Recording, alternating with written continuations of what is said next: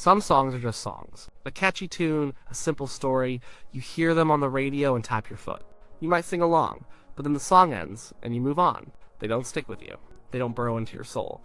And then there are other songs, the ones that feel heavy, the ones that carry a weight you can't quite explain. They seem simple on the surface, but there's something underneath. A current of real, raw emotion. These songs aren't just entertainment, they are confessions. They are private moments made public, coded messages sent out into the world. Elvis Presley sang a lot of songs. He sang about blue suede shoes and hound dogs. He sang about falling in love in Las Vegas. He was the king of rock and roll. The image was larger than life. The swagger, the sneer, the jumpsuits. That was the man the world saw. But behind the flash and the fame, there was a real person. A man who carried deep sadness with him his entire life. In 1969, he was in the middle of a major comeback. He had spent years making silly movies with forgettable soundtracks. He was becoming a joke to some. The music world was changing. The Beatles and the Rolling Stones were the new kings. Elvis seemed like a relic from another time. But then came the '68 comeback special. He walked out in black leather, raw and dangerous again. He wasn't playing a character. He was himself, and people remembered why they called him the king. After that triumph, he went back home to Memphis. He walked into American Sound Studio, a gritty, no-nonsense place. He wanted to make real music again. He was done with Hollywood. He wanted to sing songs that mattered. Songs with soul. Songs with grit, and in those legendary sessions, he recorded some of the best music of his career. Songs full of pain and hope and regret. One of the songs he recorded was a ballad. A simple country song written by Mac Davis. On the surface, the story is heartbreaking enough. It's told from the perspective of a little boy. He wakes up one morning to find his father crying. The mother is gone. She's not just out for the day. She's gone forever. And the little boy, with the pure, simple logic of a child, tries to comfort his heartbroken father. Let's just look at the story the song tells. It's a gray, rainy morning, a perfect setting for sadness. The boy sees his daddy crying. This is a shocking thing for a child to see. Fathers are supposed to be strong, unbreakable. Seeing one cry shatters a child's world. The boy asks why he's crying. The father tries to explain that he's just thinking about their mommy. He misses her. The child's response is the emotional core of the song. He doesn't fully grasp the finality of death. He just knows his father is in pain, and he wants to fix it. He reminds his father that he's not alone. He says, "You still have me." And he mentions another child, a little brother or friend. He tells his father to play with them, just like mommy used to. He suggests they can build a castle, just like they did with her. He's trying to rebuild her broken world with the only tools he has: innocence and love. He even offers a sweet, naive vision of the afterlife. He tells his father that he saw his mommy just the other day up in the sky with an angel. They were smiling and happy. He says she wants them to be happy too. It's a child's attempt to soothe an adult's grief. It's a fantasy to make the unbearable bearable. Don't cry, Daddy. Mommy is okay. And we are okay. We still have each other. It's a powerful story on its own. Anyone who has lost a parent or a spouse can feel the truth in it.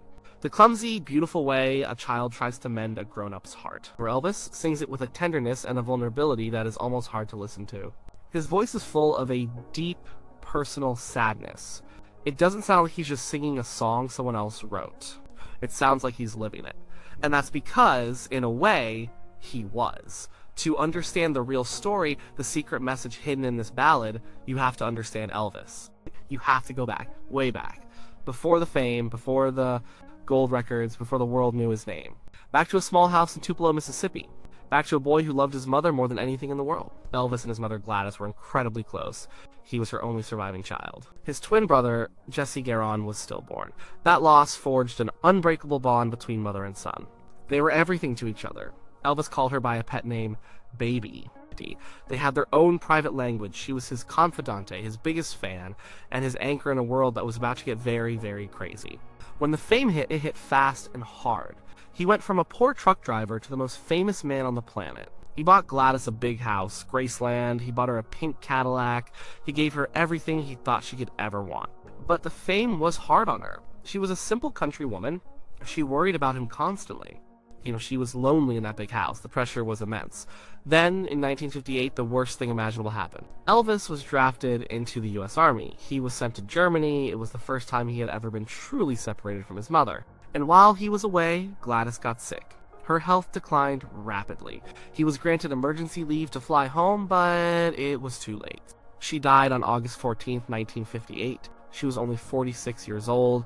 Elvis was destroyed, utterly and completely. At her funeral, he threw himself over her casket, crying uncontrollably. He reportedly said, "Everything I have is gone." He had lost his anchor, he was adrift. Many people close to him say he was never truly the same after his mother's death.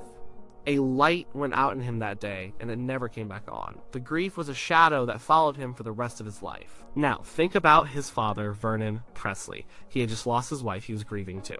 But fathers and sons often grieve differently. Vernon was a practical man. He had to manage the estate, deal with the business of life. A few years later, he remarried a woman named Dee Stanley. For Elvis, this was complicated. He was polite to his stepmother, but it was a source of quiet tension. In his heart, no one could ever replace Gladys. He may have felt on some level that his father had moved on in a way he never could. He might have looked at his father and seen a man who was also carrying a secret grief, a man who put on a brave face for the world. Now fast forward back to 1969, to that recording studio in Memphis. Elvis is a grown man now. He's 34 years old. He has a wife, Priscilla. He has a new baby daughter, Lisa Marie. He is a father himself. And when you become a parent, you look at your own parents in a different light. And you understand them better, you see their struggles, their sacrifices, their pain in a new way. So here's Elvis, a new father, a man still haunted by the ghost of his mother, looking at a set of lyrics on a music stand. A song about a father crying over his lost wife and a child trying to comfort him. Do you see it now? The secret message isn't complicated, it's devastatingly simple. When Elvis sang that song, he wasn't just performing. He was sending a message directly to his own father, Vernon. Let's decode it. Let's look at the song again, but through this new lens. The daddy in the song is not a fictional character. It's Vernon Presley. The mommy, who has gone away to heaven, is not a fictional mother. It's Gladys Presley. And the little boy telling the story, that's Elvis. It's a stunning role reversal. Elvis, the grown man, the superstar, is stepping into the shoes of his own inner child. He's also stepping outside of himself, looking at his own family's tragedy from a new perspective. He is both the child and the narrator.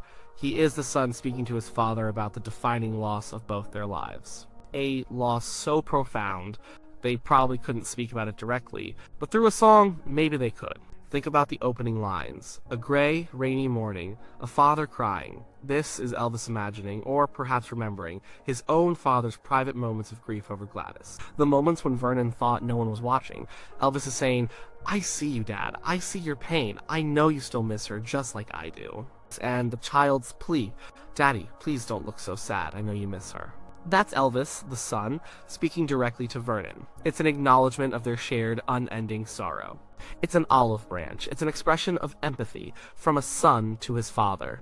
The part where the child suggests they go play and build a castle is the most poignant. It's Elvis reaching back into the past. He's saying, let's remember the good times. Let's remember what it was like when she was here, when we were a whole family.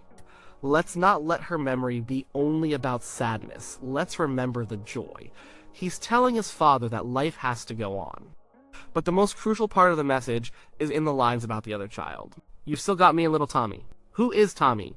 There was no Tommy in the Presley family. And Mac Davis, the songwriter, just put the name in because it scanned well. But for Elvis, that line had a different, deeper meaning. You've still got me, he's saying to Vernon. I'm still here. We're still family. And little Tommy, that could be a symbol for the future, for the next generation.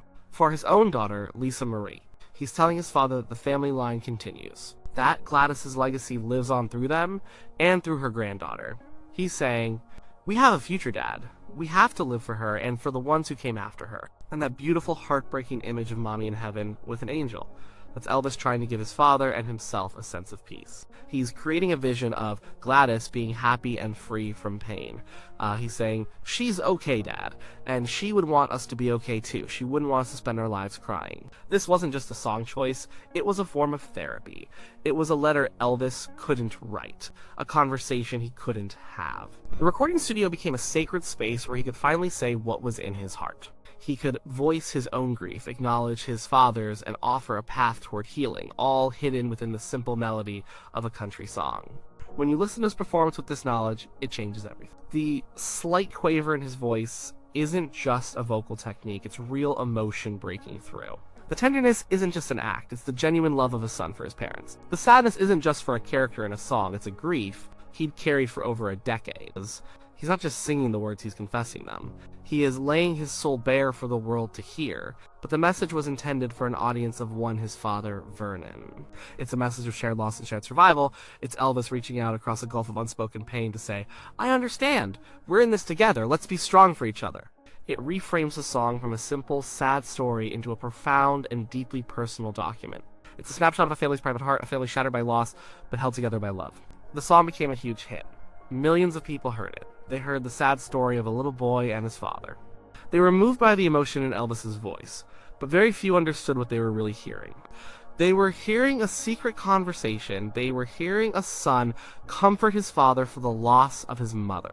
They were hearing a ghost being laid to rest, not with a final goodbye, but with a promise to keep living, to keep remembering, and to keep loving. It shows that the biggest stars, the ones who seem like gods, are just as human as the rest of us. They carry the same wounds, they struggle with the same heartaches, and sometimes the only way they can express their deepest feelings is through their art. They hide their truths in plain sight, in the verses and choruses of a 3-minute song.